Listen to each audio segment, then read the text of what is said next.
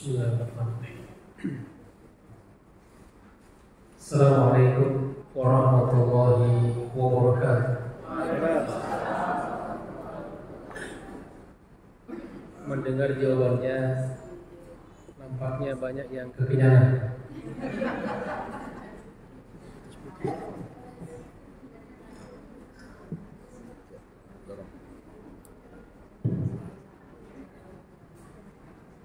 Karena salam itu doa dan kita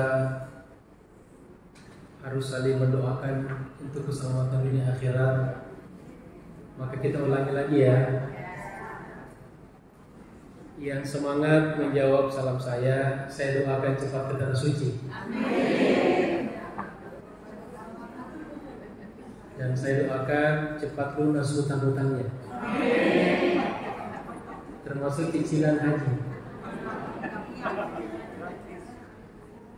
Assalamualaikum warahmatullahi wabarakatuh. Terima kasih.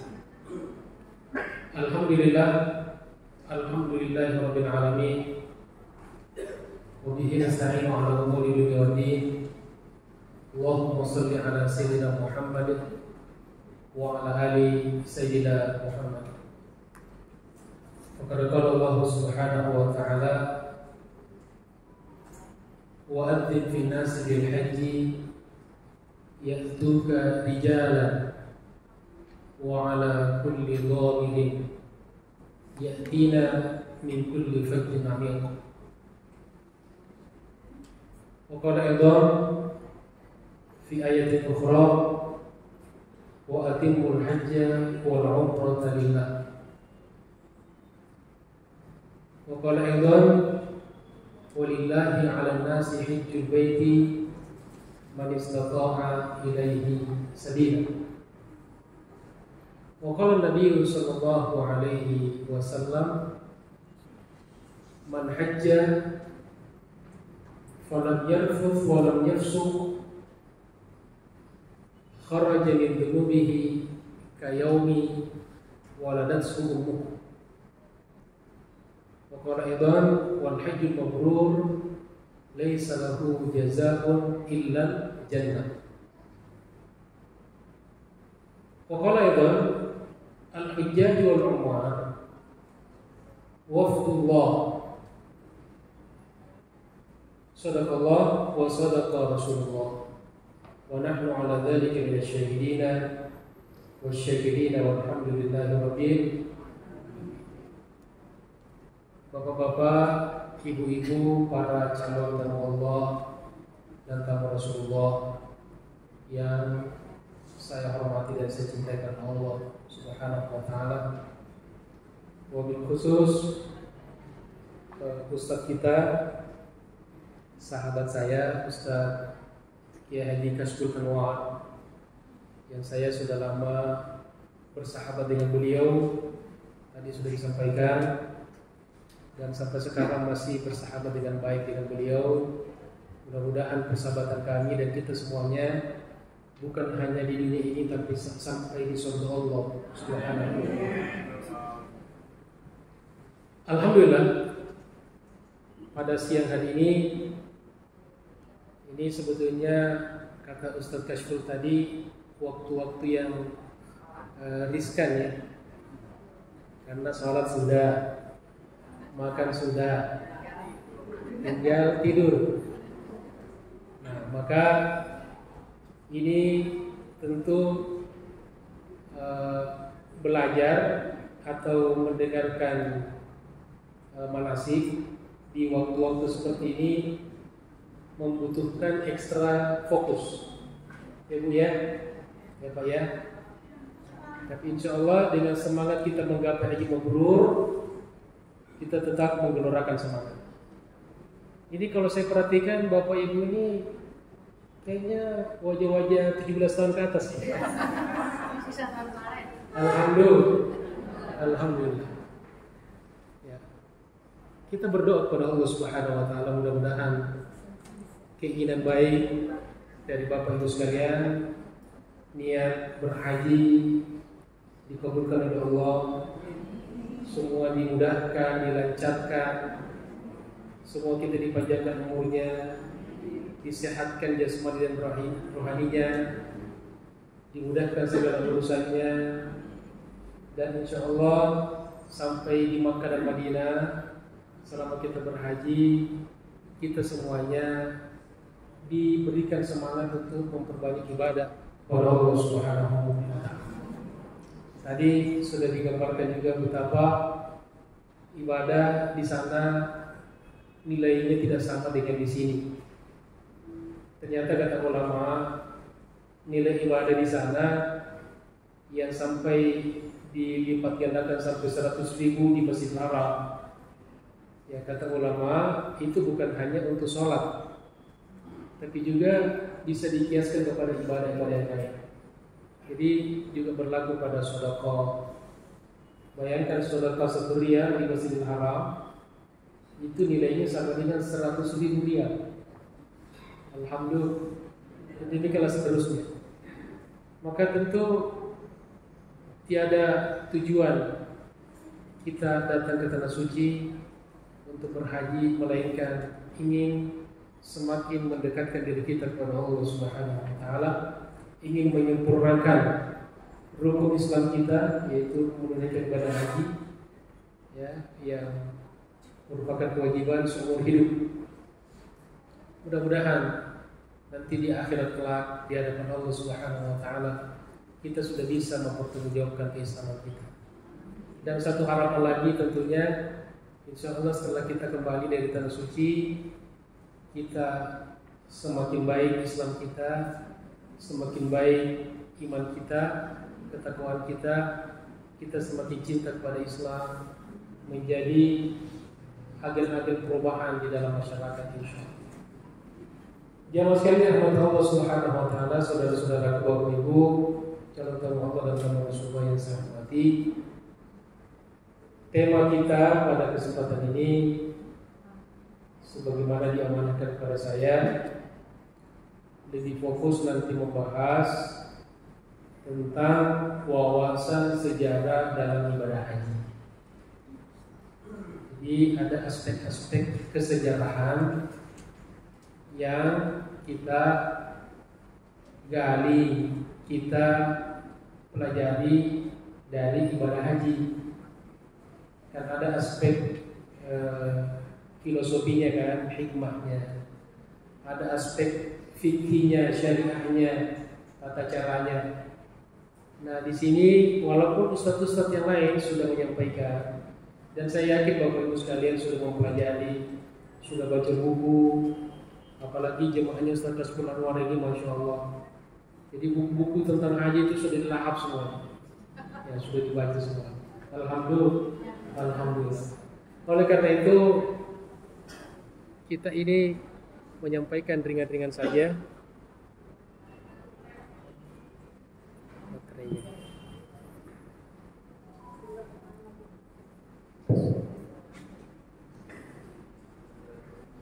Baik.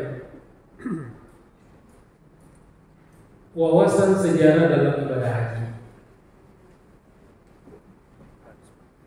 Ya, sedikit ada perbedaan antara yang ada di Bapak Ibu dengan yang di layar. Kata panitia nanti insya Allah ini akan dibagikan juga, akan dikirim ke grup katanya. Insya Allah. Tapi isinya hampir sama saja. Jadi Bapak Ibu sekalian, sejarah itu membicarakan tentang masalah seperti sejarah hidup kita punya sejarah. Jadi apa yang sudah terlewat dari kehidupan kita itu sudah bisa dinamakan dengan sejarah. Tetapi kalau peristiwa yang baru terjadi kemarin itu belum menarik dibahas sebagai sejarah. Kenapa? Karena baru. Tetapi peristiwa yang sudah berlangsung sangat lama, apalagi seperti haji yang sudah terjadi pensyariatannya kurang lebih 4.000 tahun yang lalu. tentu ini sesuatu yang penting. Apalagi kita tahu ibadah haji ini adalah ibadah yang sungguh sangat luar biasa dan menjadi penyempurna dari rukun Islam kita. Maka ibadah haji adalah diajarkan pertama kali, maksudnya disyariatkan oleh Nabi Ibrahim alaihissalam. Oleh Nabi Ibrahim alaihissalam. Menurut catatan sejarah, ini Nabi Ibrahim itu hidup antara 1861 dengan 1686 sebelum Masehi. Makanya dia angkanya mundur ya, karena sebelum Masehi. Beliaulah yang diseru oleh Allah Subhanahu wa taala untuk mengundang umat manusia menunaikan ibadah haji. Sebagaimana dalam firman Allah Subhanahu wa taala tepatnya di surat Al-Hajj, surat nomor 22 ayat 27. A'udzubillahi minasyaitonir rajim. Wa adzinu fin-nasi bil-hajj ya'tuka rijalan wa 'ala kulli dhamir ya'tina min kulli fajjin 'amiq. Wa adzin fin-nas, dan umumkanlah kepada seluruh umat manusia. Ini perintah Allah Subhanahu wa taala kepada siapa? Kepada Nabi Ibrahim alaihissalam. Wa adzin, adzan. Adzan itu panggilan dan pengumuman, seruan. Jadi Ibrahim serulah manusia bil haji untuk menunaikan ibadah haji. Jadi panggilan ibadah haji itu sudah ada sejak masa Nabi Ibrahim alaihissalam. Ada bapak-bapak ditanya, ibu-ibu ditanya, Pak, Bu, kok belum haji, belum umroh? Maaf ya, belum dapat panggilan. Kira-kira bagaimana? Sudah dipanggil oleh Allah melalui lisan Nabi Ibrahim alaihi. Sudah lama dipanggil, cuma kita yang kagak terpanggil. Sama dengan kita dengan azan. Azan berkumandang, tapi kita tidak terpanggil. Nabi Ibrahim sudah panggil kita untuk haji, tapi tidak semua orang tertarik berminat untuk melaksanakan ibadah. Karena ini perintah Allah yang menyeru Nabi Allah, kekasih Allah Ibrahim alaihissalam, maka ya'tuka, mereka manusia itu datang kepadamu, datang memenuhi panggilanmu, panggilan Allah melalui lisan Nabi Ibrahim alaihissalam. Rijalan, berjalan kaki. Dulu tidak ada pesawat terbang, dulu tidak ada kapal laut. Rijalan, kendaraan pertama dulu manusia adalah kaki. Jadi kalau ditanya apa kendaraan kita yang paling utama, kaki kita. Yang kendaraan pertama di pagi haji adalah kaki, rijalan. Maka mereka datang memenuhi panggilan Allah untuk berhaji dengan jalan kaki. Wa ala kulli dhamirin, dan mengendarai onta kurus. Ada yang nanya, Ustaz, kenapa onta kurus? Kenapa tidak yang gemuk? Pertama, memang onta itu rata-rata kurus. Ya, langsing-langsing onta. Makanya ibu-ibu bapak kalau belajar langsing, nanti belajar sama onta. Ya, nanti di Mekah bisa belajar bagaimana sih cara langsing itu. Yang kedua, kalau onta itu gemuk, maka tidak lincah untuk jalan jauh. Ya. Nah, jadi 2 kendaraan saja dulu dipakai, baru kemudian berkembang ya sampai sekarang. Yatina, mereka datang min kulli fajjin amiq, dari seluruh penjuru negeri yang jauh, termasuk kita Indonesia. Kita Indonesia ini, kalau menurut orang-orang Arab, ini kita termasuk orang yang datang dari negeri yang sangat jauh. 9 sampai 10 jam kita naik pesawat terbang, ya, dari Jakarta sampai di Jeddah.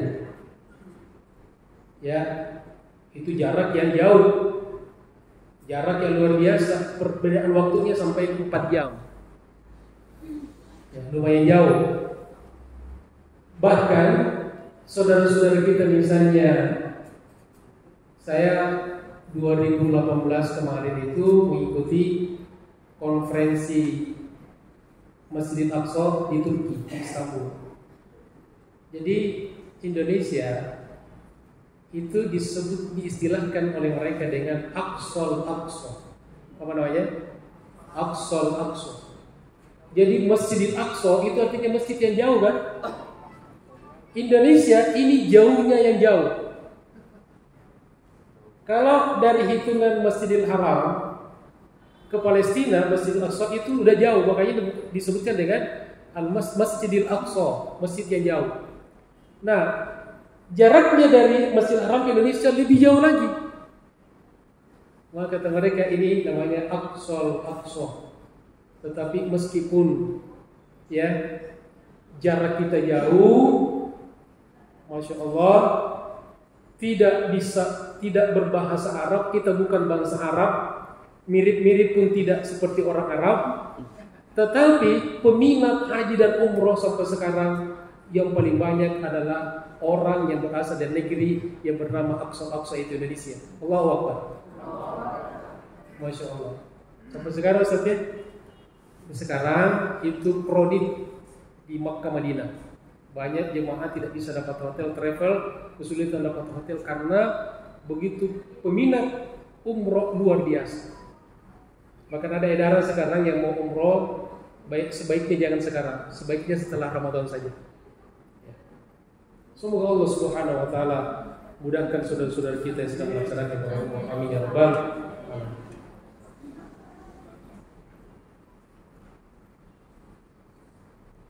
Setelah itu, ibadah haji mengalami penyelewengan dari umat-umat yang tidak bertanggung jawab. Dalam masa perkembangannya, itu seperti itu suatu ajaran, ada saja yang menyelewengkan. Jadi semakin lama satu ajaran itu dari sumbernya, maka kemungkinan mengalami penyelewengan sangat besar.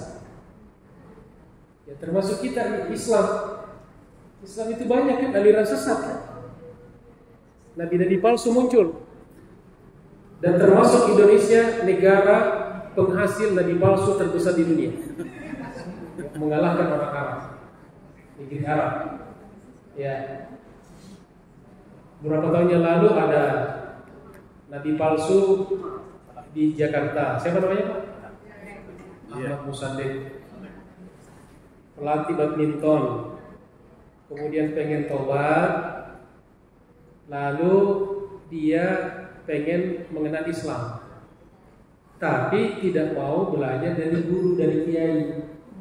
Dia beli buku sendiri, beli kitab sendiri, lalu dia pergi ke Bogor, cari gunung di Bogor, di Gunung Sindur sana, ya, gunung apa namanya di sana itu kan. Kemudian dia baca, masuk di hutan gitu kan, dia baca sendiri, pahami sendiri. Nah, dia membayangkan dirinya seperti ketika Nabi berada di Gua Hiro. Ini sejarahnya dia kan. Ketika Nabi bertahan di Gua Hiro, maka datanglah malaikat Jibril alaihissalam. Maka dia memposisikan dirinya ketika berada di gunung menyendiri, lalu tiba-tiba datanglah bisikan. Tapi yang datang karena yang orangnya ini nabi palsu, maka yang datang juga Jibril palsu. Maka datanglah Jibril palsu yang sebetulnya setan, mengatakan, wahai Ahmad Musaddiq, kamu telah aku angkat nabi karena perintah Allah Subhanahu wa ta'ala. Karena dia sudah merasa dilantik, dia pede, dia buru-buru ke Jakarta, lalu dia mengadakan press conference, ya, mengundang wartawan, lalu dia menyatakan dirinya, memproklamirkan dirinya sebagai seorang nabi. Salah satu ayatnya, wa ya'ti min ba'dismuhu Ahmad. Ahmad itu adalah saya. Dan ketika diwawancarai wartawan, di depannya dia ada Pokari Sweet, lalu kata orang, nabi kekurangan ion, kata.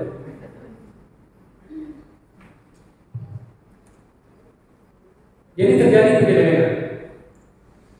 Bahkan kita tahu dalam sejarah, di zaman jahiliyah sebelum Islam datang, sebelum Nabi diutus, Nabi kita Muhammad SAW, ada ritual ibadah haji, tetapi diselewengkan.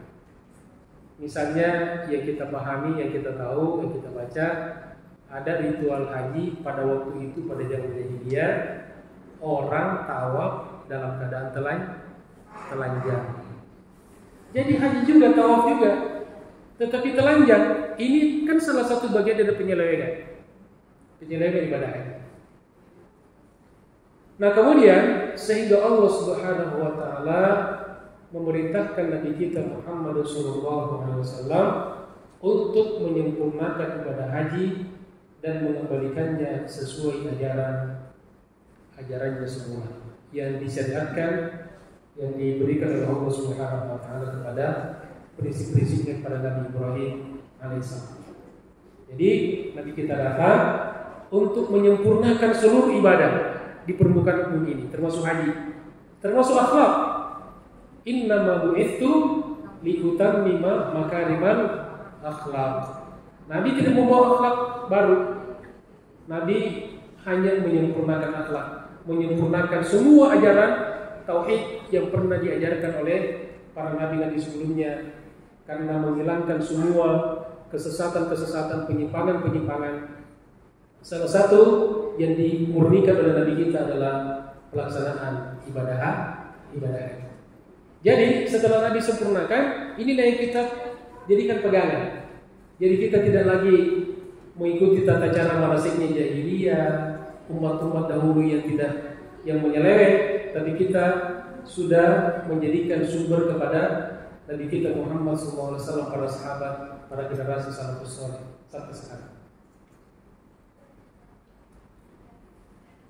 Ibadah haji diwajibkan kembali kepada umat Nabi Muhammad SAW pada tahun ke-6 Hijriah. Ada beberapa pendapat ulama, artinya ada khilaf di kalangan ulama. Ada yang mengatakan diwajibkan pada tahun ke-3 Hijriah, ada yang mengatakan diwajibkan pada tahun ke-5 Hijriah. Tetapi pendapat yang paling jumhur ulama mengatakan disyariatkan kembali pada tahun 6 Hijriah melalui firman Allah Subhanahu wa taala di surat Al-Imran ayat 97. A'udzubillahi minasyaitonir rajim. Fihi ayatun bayyinatun maqamu Ibrahim wa man dakhalahu kana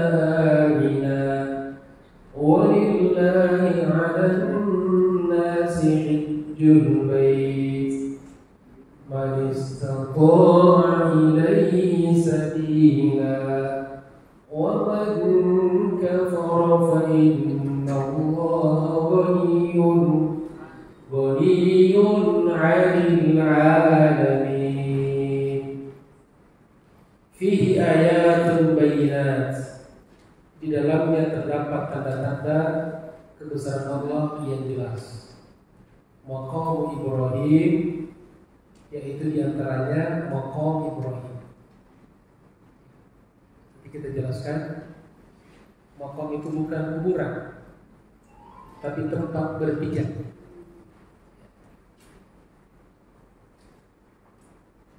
Wa man dakhalahu, jadi di dalam Masjidil Haram itu banyak tanda-tanda kebesaran Allah. Di situ ada Ka'bah, ada Hijr Ismail, ada air Zamzam, ada Maqam Ibrahim, ada Hajar Aswad dan sebagainya.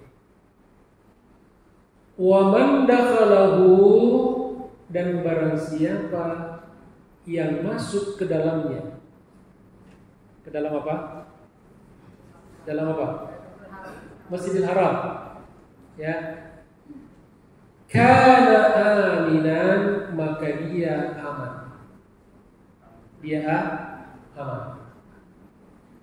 Sampai sekarang Bapak Ibu kalau kita di Masjidil Haram itu aman. Ustadz ini nggak benar katanya aman, tapi kok saya ada teman saya umroh dicopet. Pernah dengar nggak? Gimana itu? Jadi di sana itu tanah suci, tempat suci. Tetapi tidak semua orang datang itu niatnya untuk ibadah. Ada juga yang berniat untuk selain ibadah. Ada yang mencuri. Saya membawa rombongan haji tahun 2001, 22 tahun yang lalu. Ada jemaah saya tidak sebutkan namanya, menjaga kode etik jurnalistik ya, tidak boleh kita menyebutkan. Orang kaya, gak kaya-kaya amat sih, cuma punya rumah di Jakarta 12. Bukan kontrakan 12 lantai, bukan. Memang rumah besar. Ini saya bimbing. Kemudian ketika mau tawaf, singkat cerita, dia nanya ke saya, Ustaz, kalau saya pakai jam tangan seperti ini tawaf, nggak apa-apa ya? Ya nggak apa-apa saya bilang. Nggak apa-apa saya bilang. Oh gitu. Masalahnya Ustaz, jam tangan saya ini harganya 150 juta.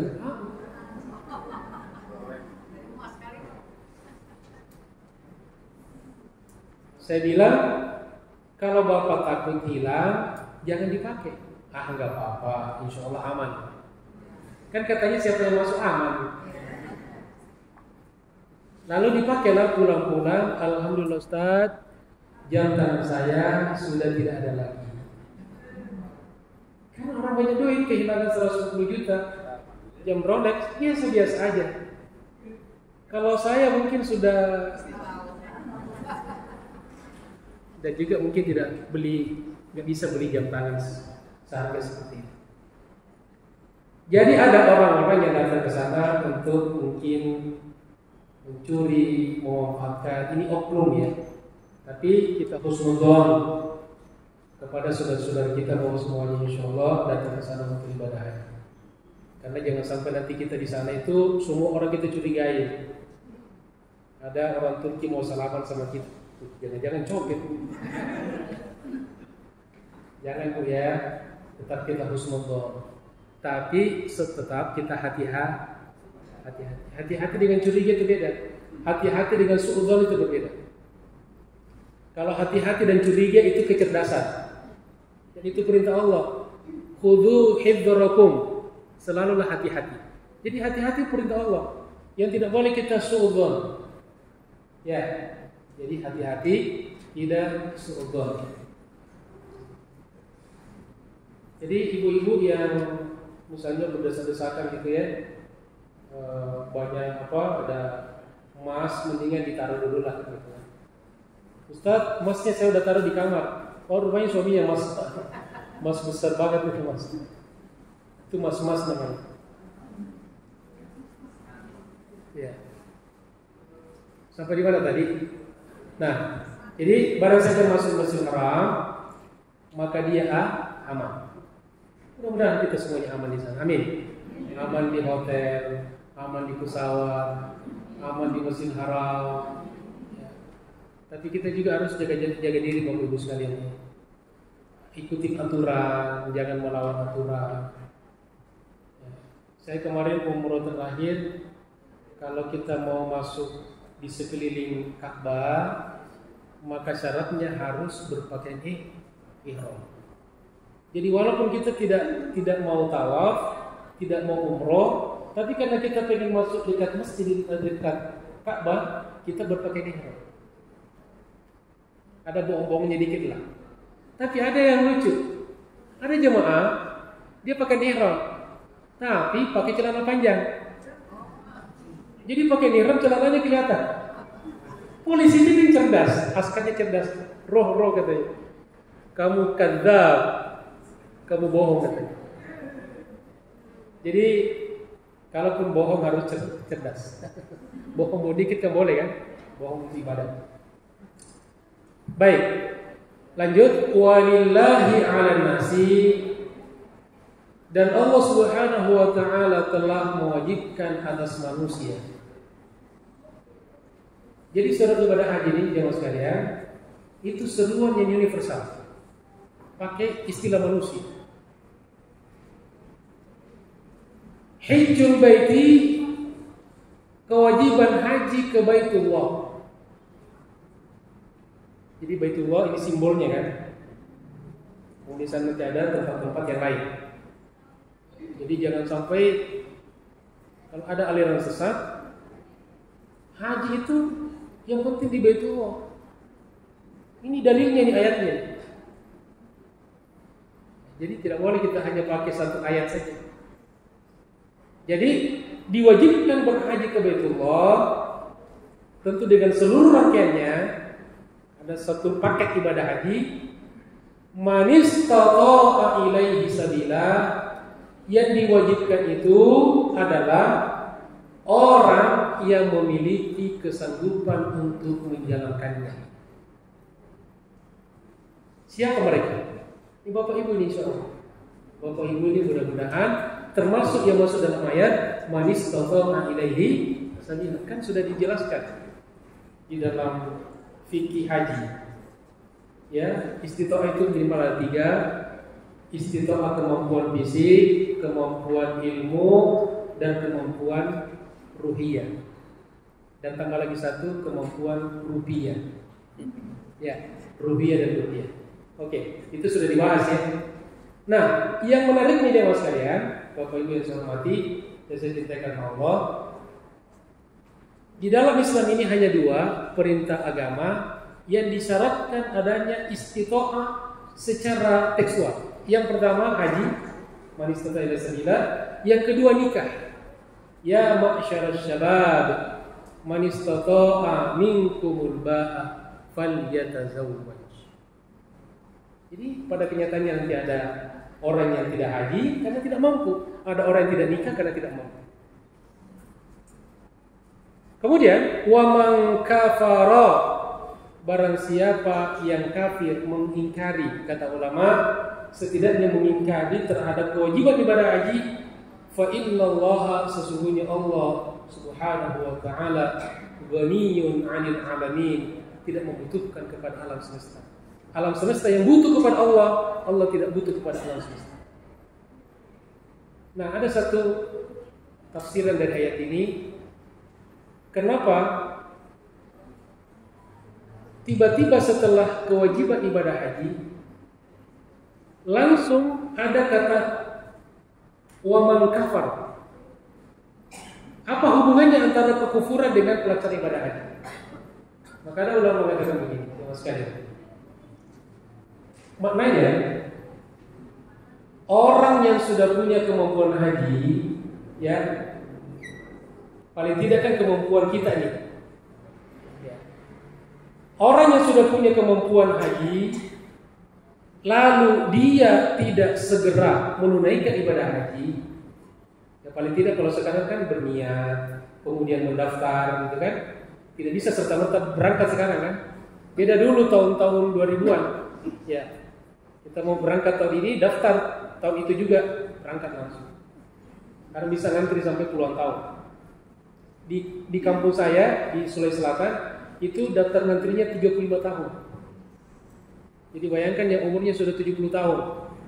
Jadi dia berangkat ketika umur 105 tahun. Kalau panjang umur. Nah, kata ulama, barang siapa yang sudah diberikan kemampuan oleh Allah, lalu dia tidak segera haji, maka seolah-olah dia telah kufur, paling tidak mengingkari kewajiban ibadah. Semoga kita semuanya termasuk orang-orang insyaallah dijauhkan dari segala bentuk kekufuran. Amin ya rabbal alamin. Kendati haji sudah diwajibkan, namun pada tahun tersebut Nabi dan para sahabat belum bisa menunaikan haji karena Makkah masih dikuasai oleh kaum musyrikin. Jadi kalau ada orang, saya sudah daftar tapi terkendala pandemi. Dulu juga Nabi tidak serta-merta mau haji langsung bisa lancar hajinya. Ada saja halangan Allah. Kita kemarin pandemi 2-3 tahun nih. Ada mungkin faktor kesehatan dan sebagainya. Jadi sesuatu yang biasa. Nabi pun tidak serta-merta haji kemudian bisa haji. Tanggal 12 Ramadan tahun 8 Hijriah beliau berkesempatan haji, namun ditunda hingga 10 Hijriah, 3 bulan sebelum beliau wafat. Nabi SAW hanya satu kali haji, yaitu haji wada atau haji perpisahan. Masya Allah. Jadi inilah kenapa ibadah haji dinamakan dengan ibadah marratan fil umri, sekali seumur hidup. Maaf, mau tanya, di sini ada bapak ibu yang sudah pernah haji sebelum? Ada? Atau semuanya? Kalau Ustaz Kaskul jangan. Ini pertanyaan bukan Ustaz Kaskul. Ustaz Kaskul ini sudah 40. Tiap tahun berangkat. Saya aja baru ya, separuhnya lah dari beliau, sepertiganya. Masya Allah. Kalau di sana beliau pintu-pintu Ka'bah itu udah hafal semua, itu pintu-pintu masjid. Cuman itu tiang-tiang masjid itu udah hafal semua. Sampai tiang jing ya, udah hafal beliau. Nah, ada satu hal yang menarik yang sekali ini berkaitan dengan sejarah.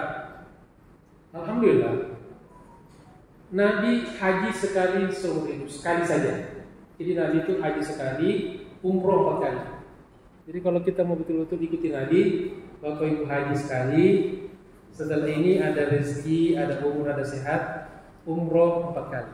Insya Allah.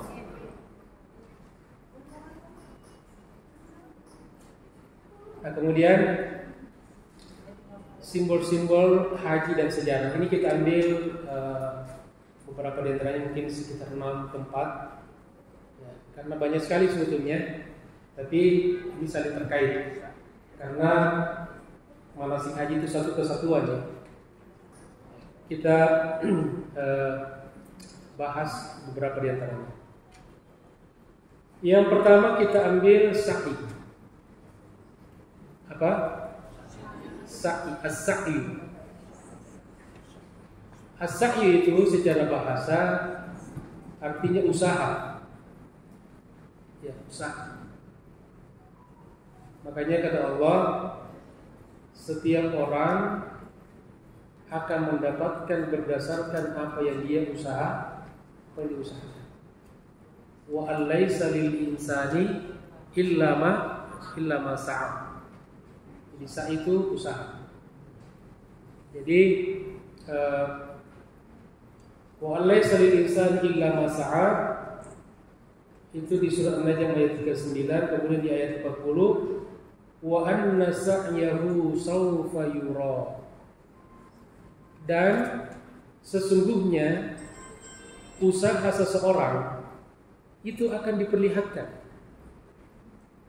Kalau tidak diperlihatkan di dunia, di akhirat nanti kita diperlihatkan. Usaha Bapak Ibu haji, usaha Bapak Ibu sedekah, usaha Bapak Ibu berjuang mendidik anak, ya, berjuang berdakwah, ya. Mungkin ada yang ditugaskan menjaga masjid. dan seterusnya, itu akan terlihat, akan dilihat. Kemudian makna istilahnya daripada sa'i itu adalah lari-lari kecil antara Bukit Safa dan Marwah sebanyak 7 kali. Itu kalau dihitung jaraknya antara Safa dengan Marwah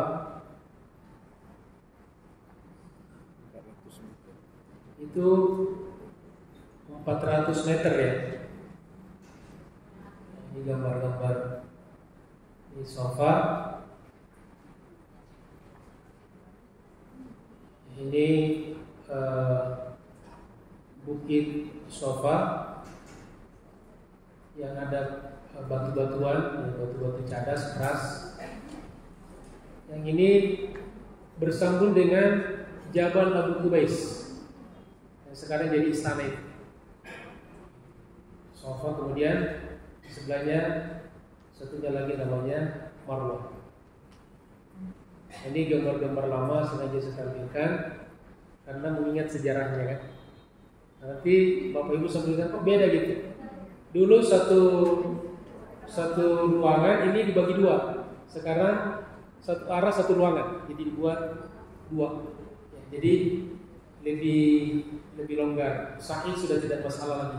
Dulu ini sering ada insiden juga di tempat sa'i. Sekarang tidak lagi.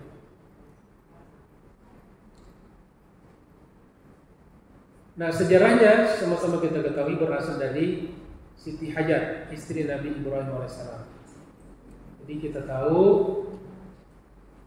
Nabi Ibrahim AS itu punya istri namanya Siti Saroh. Siti Saroh.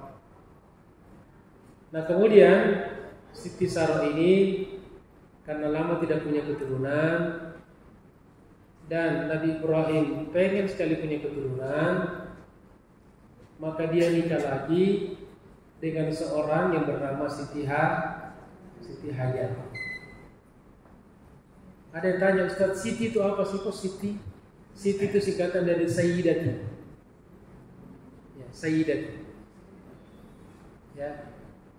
Itu bukan gelar orang Indonesia, bukan. Siti, Sayyidati. Nah, jadi Siti Hajar. Nah, kemudian setelah menikahi Siti Hajar, kemudian Siti Hajar malah hamil duluan. Maka Siti Sarah semakin perilah rasanya. Ya, ya. Sudah dimadu, ya, kemudian madunya hamil duluan lagi. Masya Allah. Tapi setelah Siti Hajar hamil dan punya anak, akhirnya Siti Sarah juga hamil. Inilah ada terapi namanya sistem pancingan. Jadi bapak-bapak yang sampai sekarang belum punya keturunan, boleh main.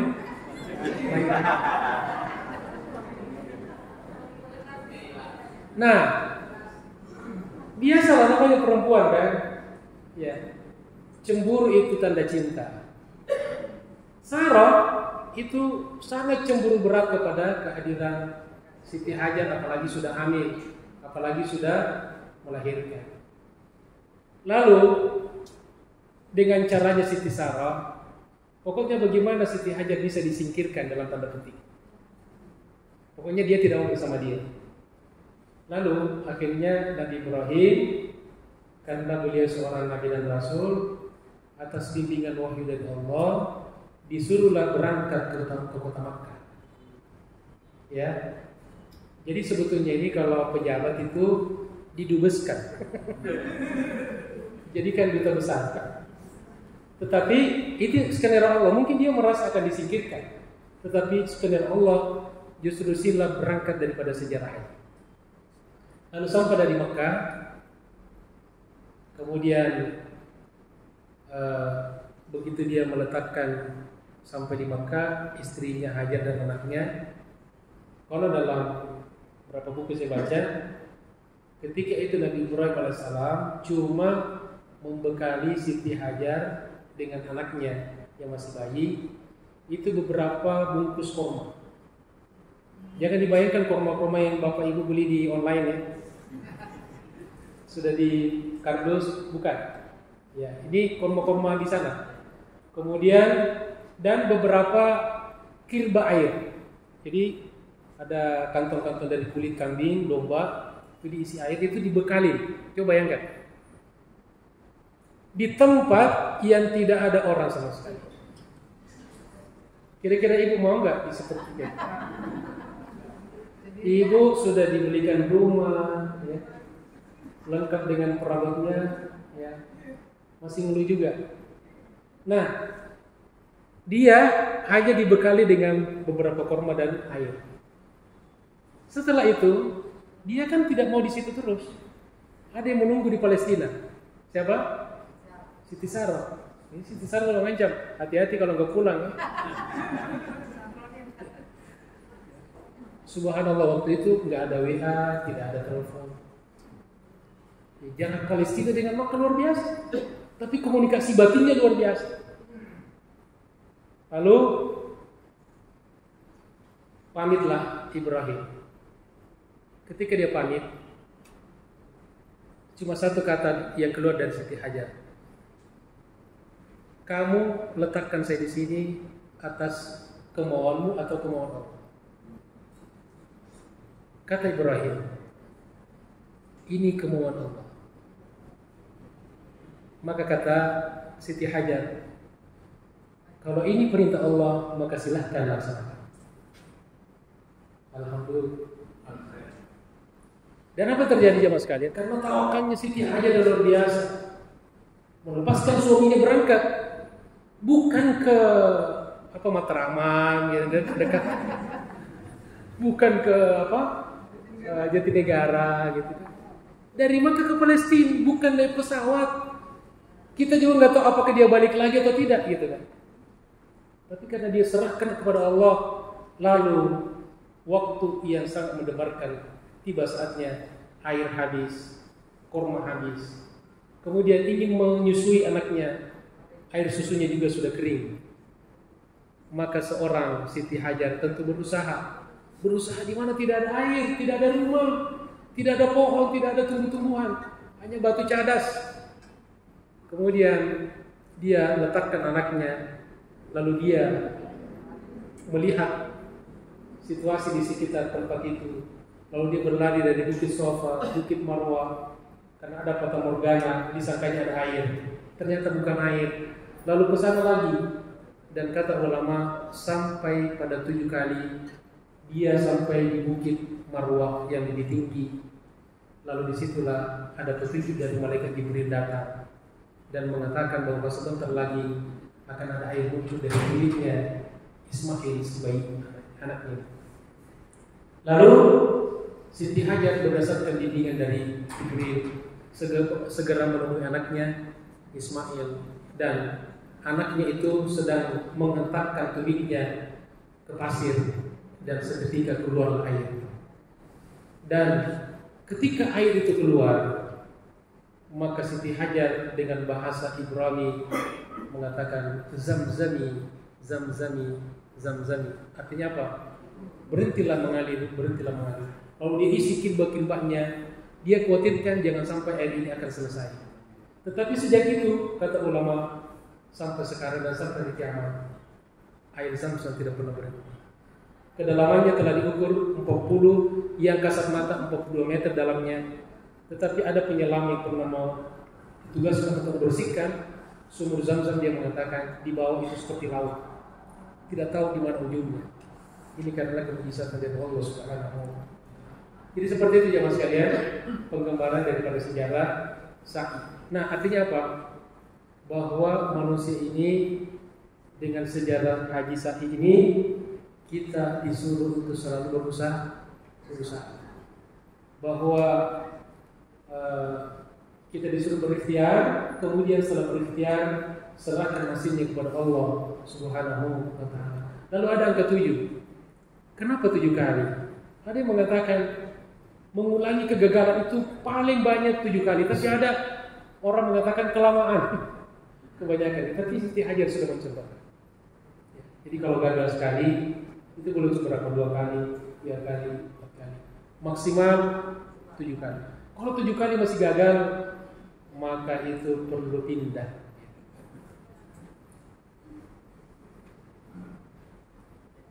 Mudah-mudahan jemaah sekalian, Bapak Ibu yang saya hormati dan saya cintai karena Allah, ini tidak lama lagi akan datang ke tempat ini. Amin ya rabbal. Bayangkan ketika itu, jadi kalau misalnya itu kita juga harus menghadirkan apabila sejarah bahwa kita sekarang berada di tempat-tempat ya di tanah yang dulu pernah ditapaki, diinjak oleh para nabi dan rasul. Itu kalau saya itu selalu menghadirkan itu. Kalau di Madinah, hadirkan ini tempat. Di sini Nabi pernah berada, para sahabat Nabi, para ulama. Saya jemaah sekalian, ketika menyusun buku ini buku tulisan saya. Ya, ini kalau jemaah mau, bagus buku ini. Dijual di toko-toko material ya. Buku pintar praktis ziarah Makkah Madinah. Ini ada sejarah Makkah Madinahnya. Ini saya menulis muqaddimahnya. Ada dua hal yang saya tulis. Ini kan sejarah. Pertama, muqaddimahnya saya tulis di Raudhah. Jadi ketika saya tulis di Raudhah, saya membayangkan sejarah Ibnu Hajar Al-Asqalani wafat 852 Hijriah.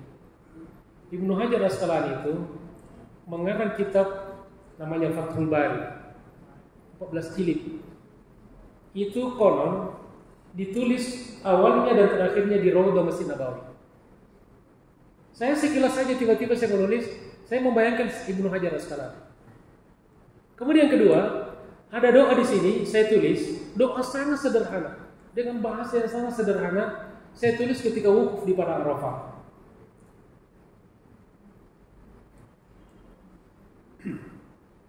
Terharu kalau ini. Jadi waktu itu ada seorang ustaz, dia khutbah di Padang Arafah. Allahumma sholli ala Muhammad.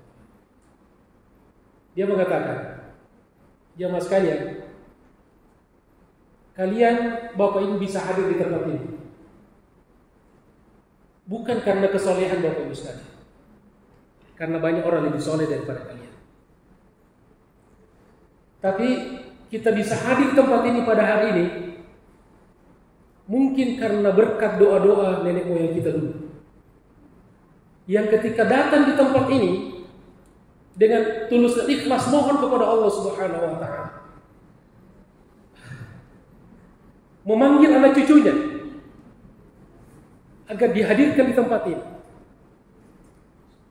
Dan saya ketika itu setelah mendengarkan khutbah itu menulis doa, dan subhanallah, saya setiap umroh Allahumma sholli. Setiap kali saya baca doa ini tidak menangis.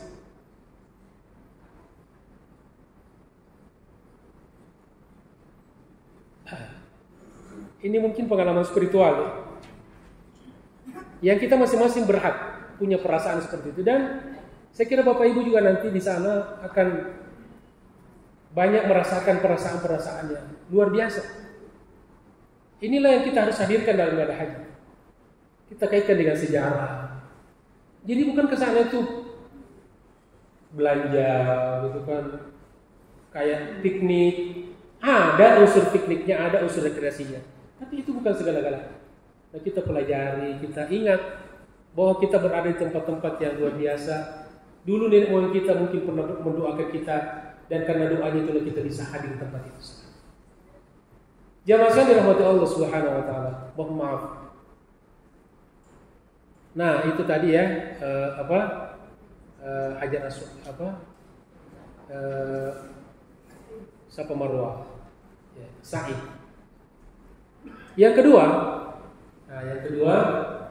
masih berkaitan juga, yaitu Zamzam. Zamzam. Kalau orang Indonesia jam-jam. Mana air jam-jam loh? Sudah berjam-jam saya tunggu, Belum keluar-keluar juga air Zam-Zam. Zam-Zam, Z.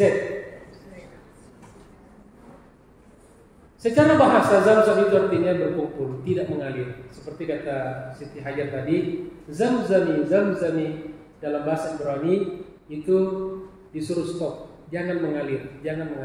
Artinya berkumpul. Jangan tersebar kemana-mana. Karena dia ambil kirba, dia masukkan air itu, dia kumpulkan, karena dia khawatirkan nanti air itu hilang. Ya. Padahal dia prediksi, namanya ibu-ibu ya. Ibu itu selalu jangka pikirannya panjang. Dia bukan mikirin dirinya, mikirin bayinya masih kecil. Nah kemudian mana istilah air yang keluar dari bawah tumit atau kaki Ismail alaihissalam. Seperti kita tadi sudah jelaskan.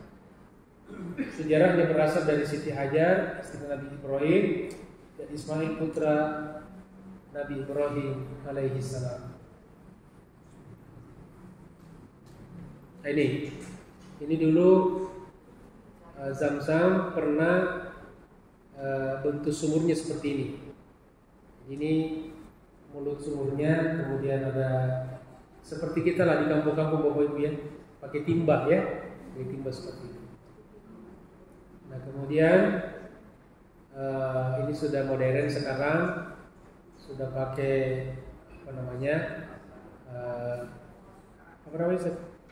galon. Itu bisa didapatkan di semua tempat di dalam Masjid Nabawi, di Masjidil Haram, luar biasa. Itu Zam-Zam asli semuanya. Di luar juga ada, sekitar di halaman masjid ada. Kalau tanya Ustadz mana yang asli mana yang tidak, kalau yang Zam-Zam ditulis Zam-Zam, kalau yang tidak ada tulisannya itu mungkin air biasa.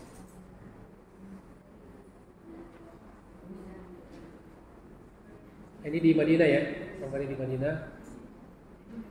Nah kemudian yang ketiga, Maqam Ibrahim. Maqam bukan kuburan ya, tetapi tempat kaki berpijak, ya, tempat berdiri.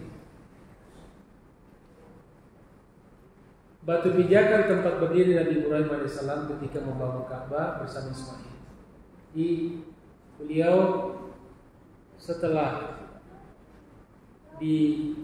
jadi ada sumber mengatakan sebelum Nabi Ibrahim mengumumkan tadi muadzin finnas, terlebih dahulu beliau disuruh membangun Ka'bah. Ya, karena disuruh berhaji ke tempat yang sudah ada, disiapkan dulu. Jadi Allah suruh Ibrahim menyiapkan perangkatnya, baru mengumandangkan, memanggil manusia. Ada juga mengatakan tidak. Jadi diumumkan dulu baru bangun Ka'bahnya. Pokoknya itu tidak penting bagi kita. Apakah diumumkan dulu baru dibangun Ka'bahnya, atau Ka'bahnya dibangun baru diumumkan? Yang jelas, ketika Nabi Ibrahim membangun Ka'bah,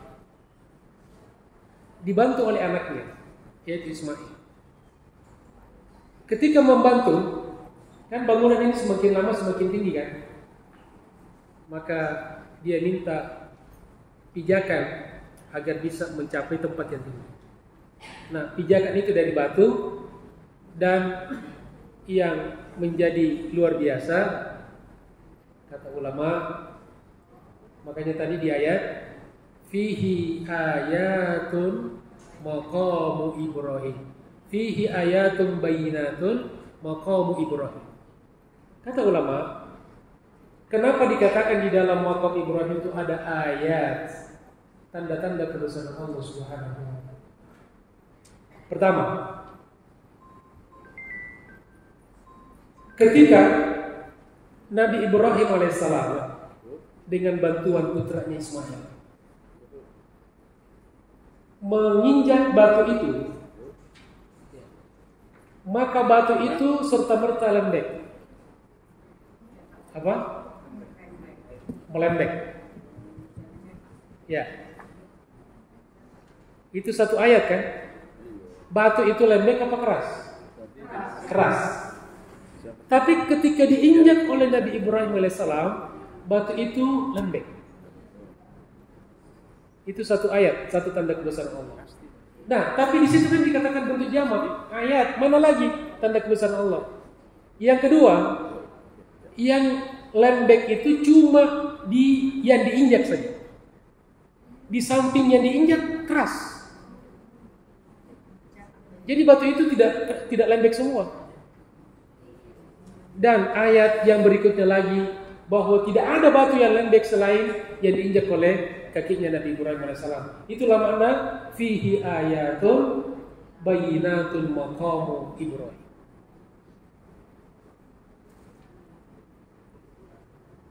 Nah, karena ini tempat-tempat yang penting, maka dijaga. Ini di pagar, berlapis pagarnya ini. Ya, ini kembali namanya maqam Ibrahim. Kalau Bapak Ibu secara mendekat, ya nanti di dalamnya akan nampak ini. Ini sudah dicetak, ya sehingga tidak berbentuk lagi seperti kaki. Tapi ini kayak wadah. Sudah dicetak dengan logam. Ya, logam. Sekarang dibungkus yang tadi itu. Cuma kalau di musim haji, sekarang kalau Bapak Ibu mau noleng gitu langsung dilarang ya. Usir sama askar. Roh. Kenapa? Karena kalau orang berhenti di sini mengganggu orang tawaf. Ya. Mengganggu orang tawaf. Mendingan lihat di gambar aja ya. Lebih jelas. Nah, kemudian berikutnya Hajar Aswad.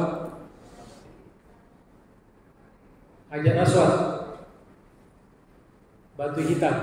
Hajar batu, aswad hitam. Hajar batu, abyad putih. Ada juga batu putih, ada batu hitam. Batu yang terletak di sudut Ka'bah dekat pintu disunahkan istilah bagi orang yang tawaf. Ini sudah Bapak Ibu pelajari di fikih haji ya. Nih. Jadi dalam sejarahnya ini Hajar Aswad sudah beberapa kali diganti cangkangnya. Nah, itu yang warna perak itu ya, itu bukan Hajar Aswad. Hajar Aswad di dalam tuh, ini hitam tuh dalam, ya kan? Nah ini di luar itu cangkangnya itu dari logam untuk mengikat, ya. Nah, jadi pernah terjadi renovasi Ka'bah dalam sejarah berapa kali. Termasuk Ka'bah sekarang itu renovasi yang tidak sempurna. Jadi kita sekarang punya Ka'bah itu Ka'bah yang tidak sama dengan yang aslinya. Ya. Tapi ada yang berani rubah enggak? Ya, tidak ada yang berani. Nah lalu itu pun terjadi pada zaman di kalangan Quraisy, bangsa Quraisy. Pada zaman Nabi SAW. Waktu itu Nabi belum menjadi Nabi yang palsu. Lalu ada satu persoalan di kalangan para kepala suku Arab. Ini kan ketika direnovasi Ka'bah, ya, ini Hajar Aswad dicopot dulu, ya, dicopot dulu, disimpan di satu tempat, karena kalau di tempatnya bisa rusak ya. Nah sekarang menjadi persoalan, ketika akan ditempatkan lagi di cangkangnya ini, di tempat itu, siapa yang akan berhak untuk mengangkat?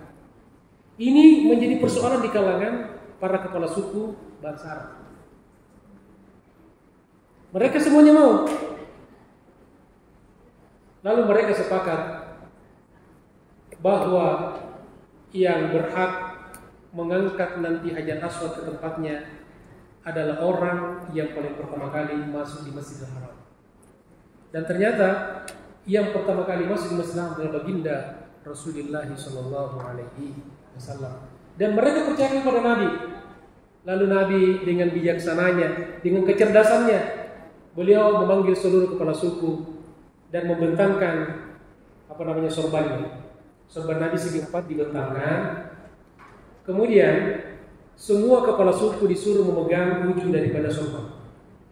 Silakan masing-masing kepala suku pegang ujungnya. Lalu Nabi ambil Hajar Aswad dengan tangan beliau mulia, diletakkan di tengah sorban. Lalu mereka semuanya mengangkat dekat sampai di dekat pinggir Hajar Aswad. Lalu Nabi akan lagi diletakkan di tempatnya. Dan selesailah pertikaian. Itu bukti kecerdasan baginda Rasulullah Sallallahu Alaihi Wasallam. Win-win solution.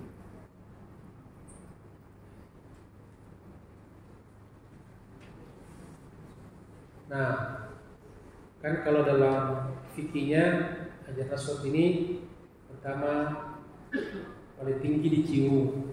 Jadi istilah Islam di pertama paling tinggi dicium. Bersyukurlah yang bisa mencium. Yang kedua diusap. Yang paling rendah ini yang kebanyakan kita amalkan adalah dilambaikan sampai mengucup. Ya, melambaikan tangan. Walaupun jemaah sudah dikatakan jangan coba-coba pergi cium Hajar Aswad karena berisiko, tapi ada saja jemaah yang penasaran, yang berjuang, dan akhirnya subhanallah tidak sedikit yang berhasil. Tiba-tiba pulang-pulang, peciknya sudah berantakan, rambutnya sudah acak-acakan. Alhamdulillah Ustaz, saya sudah cium Aswad Anas. Saking gembiranya sampai salah ucap. Siapa dicium? Aswad Anas. Bukan Hajar Aswad. Oh iya katanya. Maksud saya Hajar Aswad.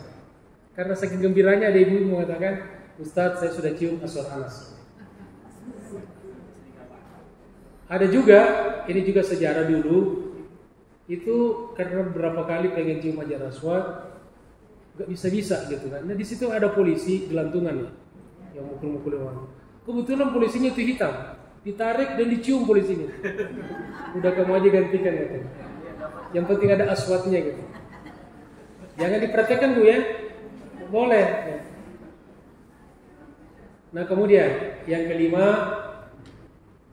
ramlul jamarat, lontar jumroh, melontar batu-batu kerikil. Ini juga fikihnya sudah dijelaskan dalam fikih haji, batu-batu kecil. Kemudian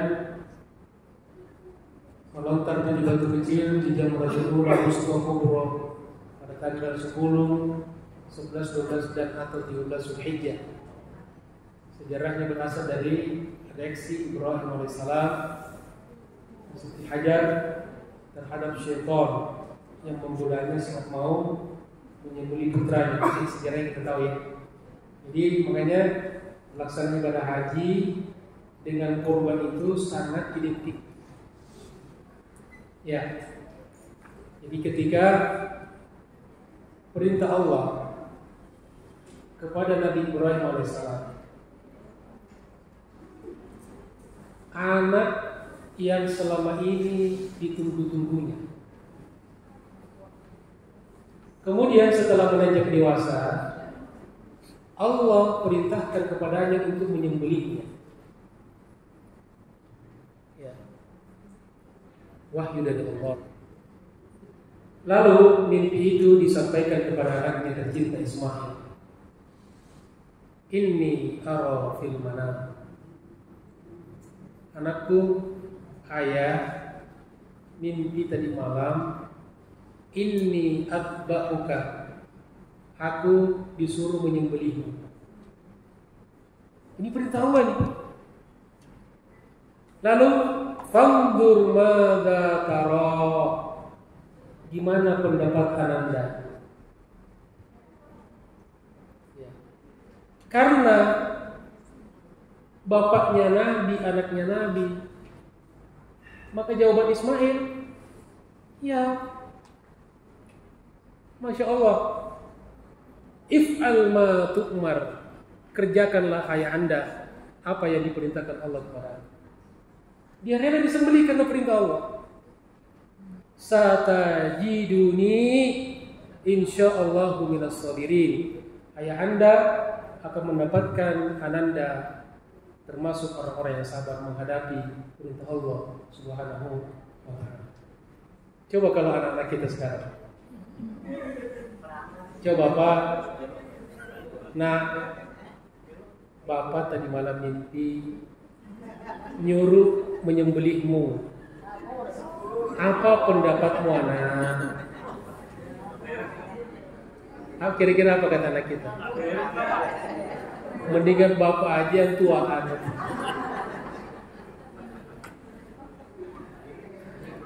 Beda lah kualitasnya kan. Dan tidak bakalan kita bermimpi seperti itu, nggak bakalan. Kalau kita ada mimpi seperti itu pasti syaitan.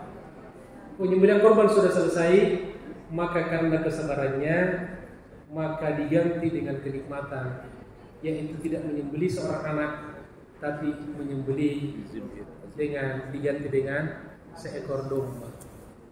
Alhamdulillah.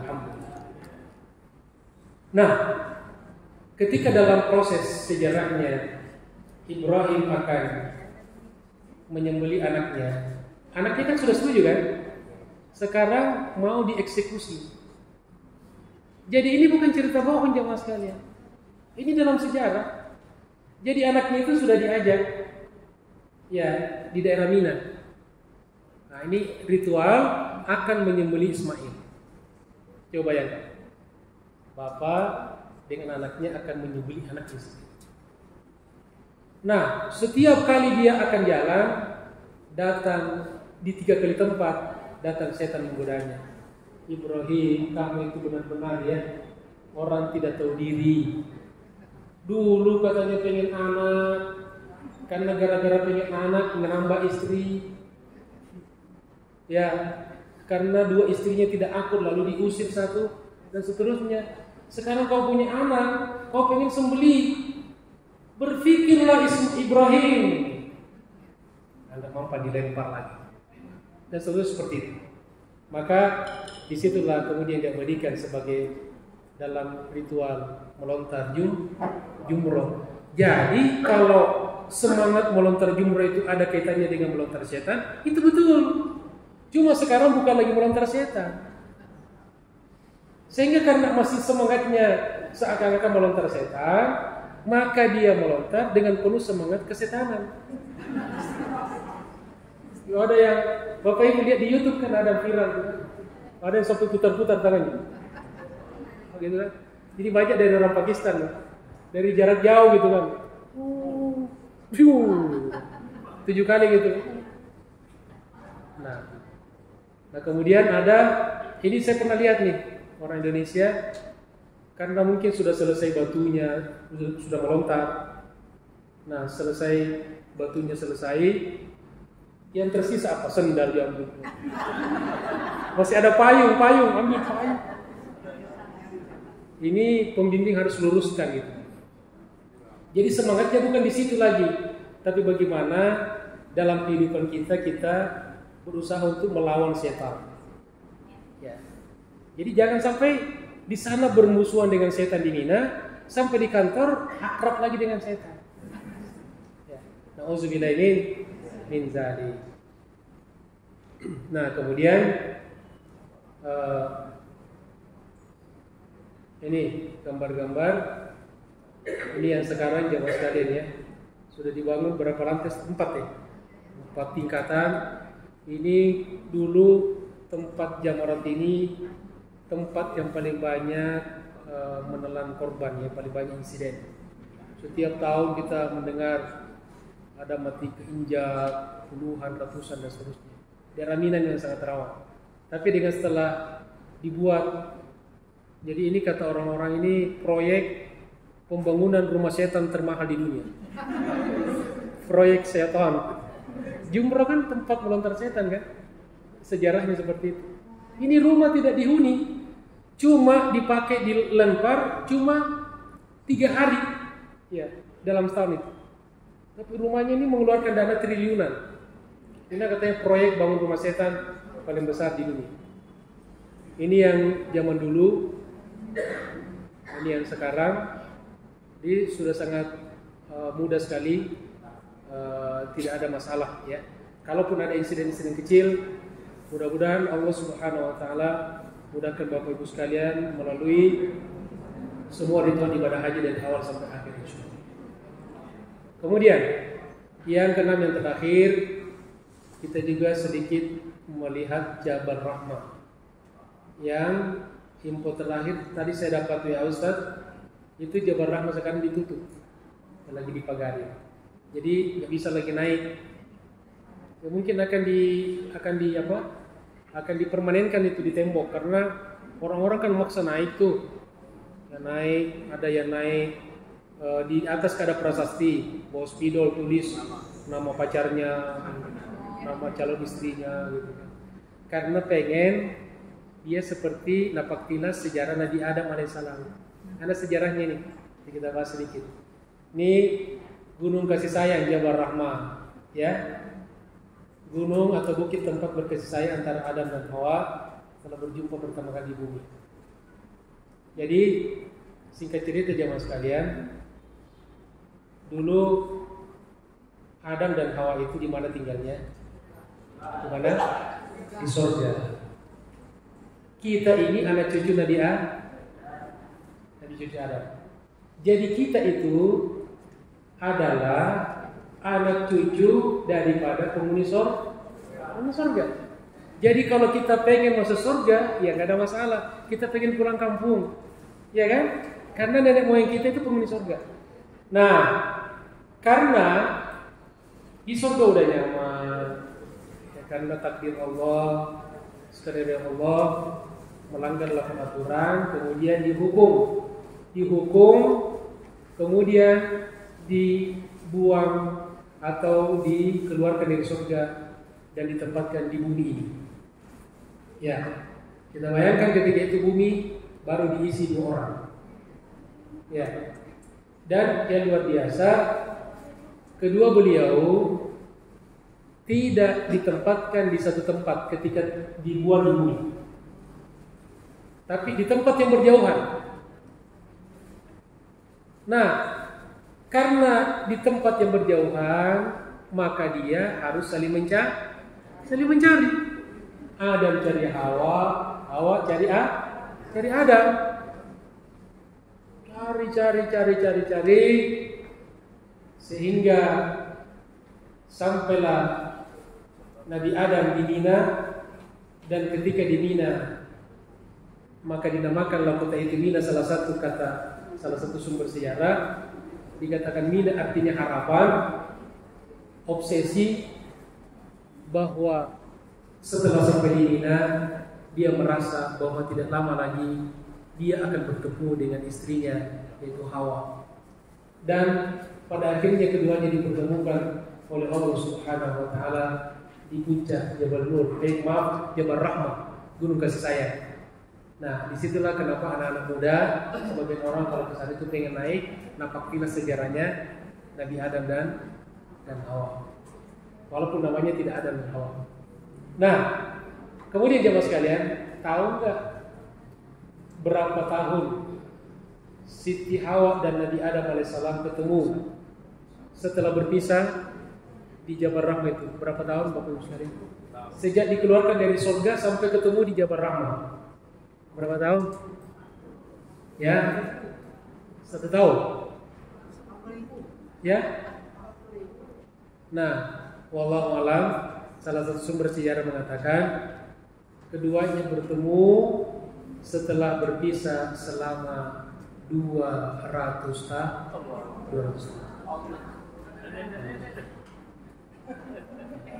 Alhamdulillah. Dan konon kuburan Siti Hawa itu ada di Jeddah. Makanya di sana ada ziarah ya. Makamnya itu panjang seperti rel kereta api itu, gerbong kereta api. Karena memang Nabi Adam itu dikatakan dalam hadis itu tingginya sama dengan kurang lebih 70 hasta. Sadu'una dhira. Ya. Kalau 1 dhira itu katakanlah 30 cm, maka 30 cm kali 70 berapa teman-teman? 21 meter tingginya. Untung tidak ada lagi orang seperti Nabi Adam sekarang. Kalau ada orang Nabi seperti Nabi Adam sekarang, repot kita ya. Kalau kakek moyang kita bertamu pada kita mau ditetap. Tingginya 21 meter. Seperti hotel tingginya. Masya Allah. Nah, jamaah sekalian dirahmati Allah Subhanahu wa taala, inilah saya kira kilasan-kilasan dari beberapa wawasan tentang haji, sejarah tentang haji. Tentu ini tidak segala-galanya Bapak bisa dapatkan dari para guru, para ustaz, buku-buku di kitab-kitab. Mudah-mudahan ini bisa sedikit menambah wawasan kita, dan karenanya insya Allah juga bisa menambah gira kita, semangat kita untuk lebih berhaji lagi. Dan ingat, berhaji wa atimul hajja wa umrata lillahi semata-mata karena itu perlu selalu di setel tuh. Orientasi kita berhaji karena Allah Subhanahu wa taala. Jangan sampai kita salah orientasi. Demikianlah jemaah sekalian dari saya. Untuk sementara saya kembalikan kepada Ustaz Kashful Anwar. Tafadhol Ustaz. Terima kasih